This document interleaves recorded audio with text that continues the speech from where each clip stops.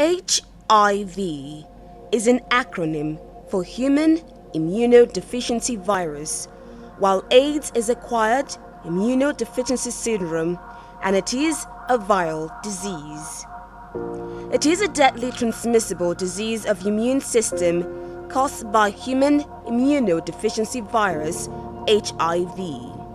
It is called syndrome because it consists of several diseases.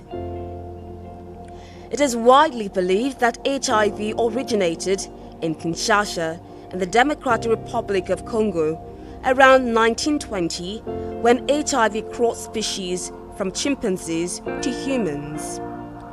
Nigeria has the second largest HIV epidemic in the world and one of the highest rates of new infection in sub-Saharan Africa. The first 2 AIDS cases in Nigeria was diagnosed in 1985 and reported in 1986 in Lagos, one of which was a young female sex worker aged 13 years.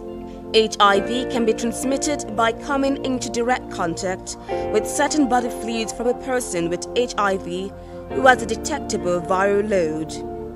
These fluids are blood, semen and pre-seminal fluid, rectal fluids, vaginal fluids, breast milk.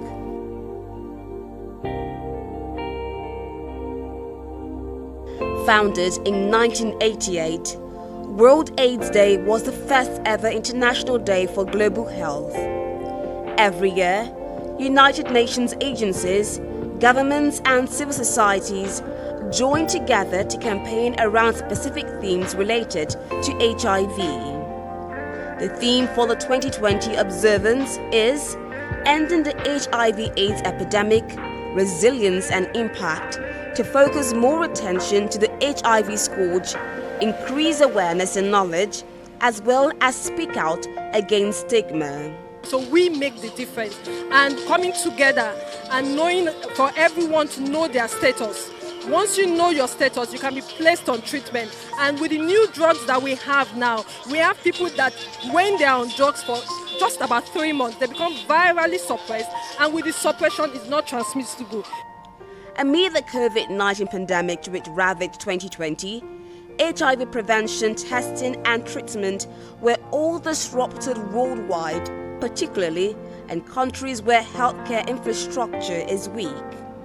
According to the World Health Organization, the breakdown in essential HIV services due to COVID-19 is threatening lives. The United Nations possesses that globally, 12.6 million people living with HIV still do not have access to treatment. An estimate 38 million people are living with HIV in 2019, having claimed almost 33 million lives so far. By June 2020, 26 million people were accessing antiretroviral therapy, marking a 2.4% increase from an estimate of 25.4 million at the end of 2019.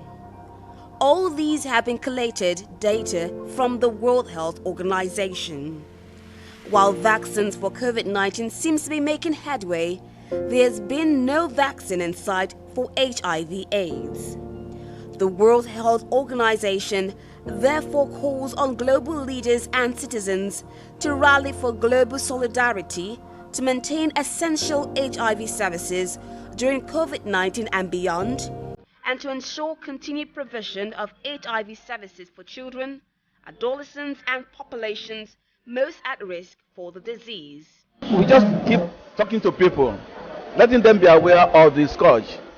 Because as we are speaking now, this country has the highest number of HIV babies in the world. And we need to bring that down. We shouldn't be noted for negative things. Education and training and re-educating people, awareness with various forms is one of the ways of getting this scourge down.